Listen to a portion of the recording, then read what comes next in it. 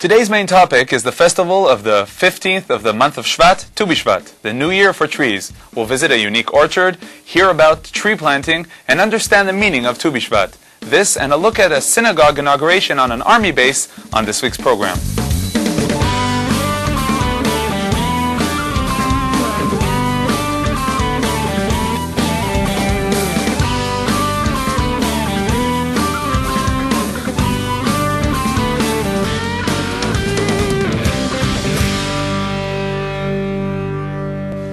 Shalom and welcome to Israeli Salad.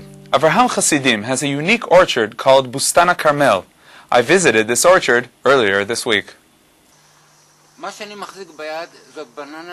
Here I'm holding an apple-flavored banana. In 20 years I might have to crush an apple to eat it. That's what this banana is for, an apple-flavored banana. To get into the spirit of Tu B'Shvat, the New Year for trees, I visited Avraham Hasidim's orchard in the Carmel area, south of Haifa. Here's the Malabar nut. It's exotic and beautiful. Its fruit looks like this, and inside are the nuts. Anyone who visits feels like he's in paradise. This garden's organic. You can stroll through it, pick fruit from the trees, and eat it. Avraham's connection to fruit started when he was just a young newcomer to Israel. This is a dream come true after 40 years. When we immigrated from Iraq, I was 8.5. There was a food shortage. My job was to go to the orchards that were evacuated by the Arabs before the establishment of the state. I spent all my spare time in these orchards and brought my family fruit. This was part of our family's daily menu. In his orchard, Avraham grows more than 110 species of fruit trees. The species are brought to Avraham by scientific agricultural institutes to find out if the fruit can acclimate in Israel. This shows you what a special country this is. Not only here, but in many areas in the country you can grow all these species. In this place it's possible thanks to the hill that protects the orchard. This is the Marola nut from South Africa. When the fruit is ready, it falls down and becomes ripe only after it sits on the ground for some time. Today, there are around 50 types of fruit trees that are grown in Israel. It seems that Israelis like eating fruit. In Israel, we eat many types of fruit, especially when there's a fruit that's new and interesting and attractive. It's unbelievable the amount of fruit people here eat. It's recommended not to eat a lot of one type of fruit. You should always try to eat different kinds of fruit. We have this creeper that's called the Jewish cherry. It has an outer skin that when we take it off, this fruit is revealed. This is the etrog, the citron tree. We can see here the flowering, and we hope that by next Sukkot festival, these flowers will bring us nice etrogim. In the Torah we're commanded that fruit of a newly planted tree shall be regarded as orlah, uncircumcised, for the first 3 years, and that therefore it may not be eaten. In addition to the spiritual meaning of the commandment, it seems that this precept has agricultural value as well. I never let a tree give fruit until it passes the age of 3. I don't let the tree waste its energy on the production of fruit. I'd rather it use the energy to flourish. When you come to visit Avraham's orchard, don't look for garbage cans for the seeds and peels. You're requested to throw everything on the ground. The whole fruit, all of it, stays here. This is an organic garden.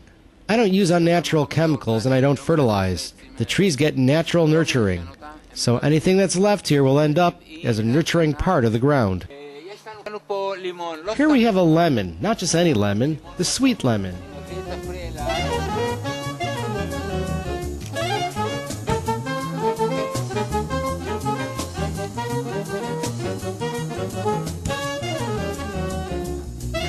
Sweet. Absolutely sweet. There's a Tu B'Shvat song about the flourishing almond tree.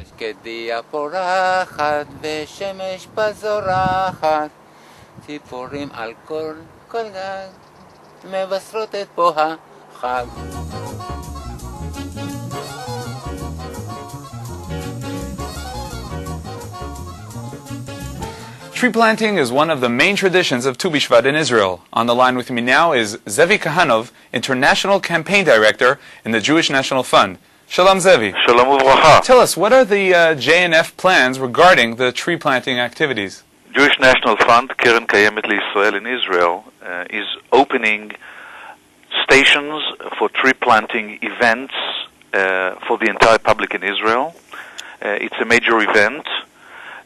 Just to give you a sense of the scope, we will be planting 970,000 trees throughout these events with the public, which means that approximately 15% of the Israeli public will be planting, which is a major statement about the care of the people, about the environment, and their interest in Tu B'Shvat itself. I understand that Tu B'Shvat commemorates another important event. The Knesset was established on Tu B'Shvat and will be celebrating its 55th birthday this year. So various members of the government, the Knesset, the opposition will be holding a variety of events, including a tree planting ceremony at the Knesset. Tell me, are there activities abroad?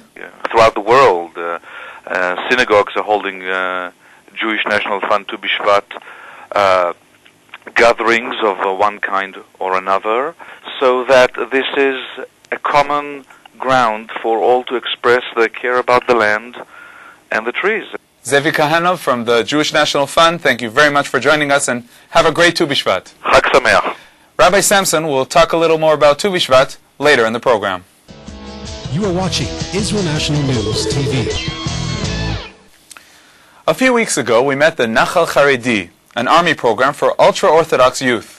I joined the Bnei Yeshurun congregation from Teaneck, New Jersey, who, as part of their annual visit to Israel, came to take part in a celebration at the central army base of the Nachal Charedi. These congregants didn't just come to take part in the celebrations, they are a part of the celebrations.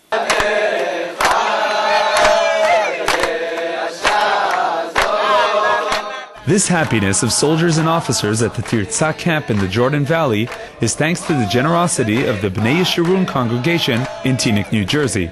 In memory of a fellow congregant, the group decided to contribute money in order to help the ultra-Orthodox Nachal Charedi Netzach Yehuda battalion. To help the battalion, the Bnei Yeshurun congregants donated new furniture for the new synagogue on the base.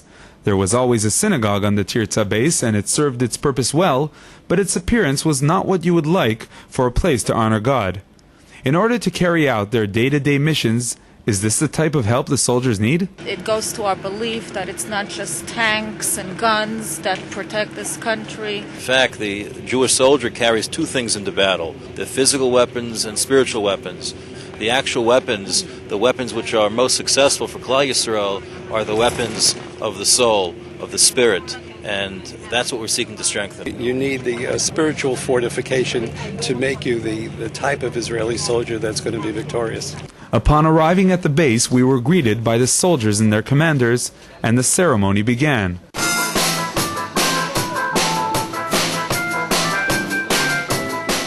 The battalion band accompanied the celebrations, and after a few minutes of dancing, it was hard to tell who was a commander, a soldier, or a visitor.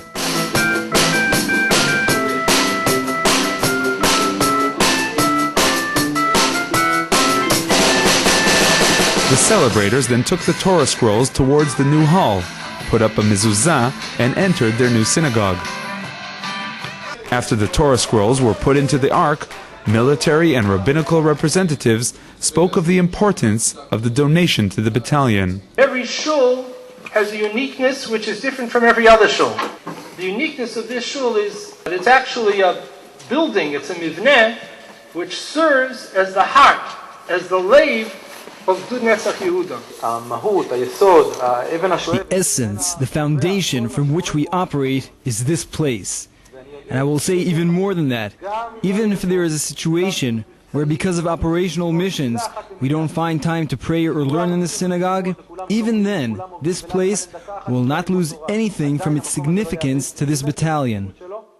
It says, "You shall remember Hashem your God, for He gives you the strength to succeed." If we don't understand that Hashem is the source of our strength, there will be no value to our actions. On the other hand, we will not sit with our hands crossed and tell God that we are waiting for Him to take care of everything. The group left the army base proud of the soldiers they met and pleased with the choice they made to donate this synagogue. These men are both religious men, and they're fighting for the state of Israel. So having a synagogue, a place where they can pray, is very much part of integrating serving in the army with what their lives are about. I was very pleased to be at the army base of Netzach Yehuda. I think this is a wonderful and very vital program to help integrate the more religious elements of Israeli society into the society. They can serve as an example to the rest of Klal Yisrael. The soldiers that we saw today were as old as my own children. They're willing to put their lives on the line and still maintain a religious attitude, to keep their trust and their faith in Hashem, and yet fulfill their obligation to this wonderful land of Israel. And now, our weekly insight. Rabbi Samson joins us now from Jerusalem. Rabbi Samson, what are the main customs of Tu B'Shvat? Well, the most important custom of Tu B'Shvat is planting a tree in Israel. So for those of you who don't live in Israel, that's really quite an undertaking to do that custom. Those who have lived outside of Israel have developed a custom of not planting a tree in Israel, but instead of that, eating fruit from a tree that grew in Israel. And as the years passed and people began living in Eastern Europe, where it was difficult to even get fruit from Israel, then the custom developed that they would eat fruit that the same fruit grows in Israel. And then as the years began to pass, people began even a new custom of just eating fruit, even if such a fruit does not exist in Israel at all. The Kabbalists have a custom of eating 15 different fruits at one meal and having an entire recitation over each individual fruit. And this is a custom that recently has become popular, and that there are many people, synagogues and congregations, that have a communal Seder, like Pesach Seder, and they have 15 fruits, and they recite regarding each fruit the Midrashic literature that refers to it, and its meaning, and a parable of the fruit to the Jewish people and to our spiritual situation. So what are we supposed to get out of this festival? Yeah, there's a very interesting article that Rabbi Cook wrote about why do people like plants, and how come people have plants in their houses, and how come they like walking in the forest, and how come orchards are so appealing, and what is it about plants and trees that people like? Rabbi Cook came to a conclusion that the reason why people like plants and trees is because they grow. And because they grow, people can identify with them. And that's what we're supposed to take with us from the idea of Tu B'Shvat, that plants are in a continuous state of growing. And as long as they're alive, they grow. So too are people. And that a person, as long as he's alive, he has to grow. And we hope that all of the flora and fauna will give us all inspiration to continuously prosper and grow and flourish, like all of the great forestation that we see all around us. Thank you very much, Rabbi Samson. The Weekly Insight is brought to you in cooperation with Machon Meir, the largest Zionist institute in Israel, bringing people closer to Judaism.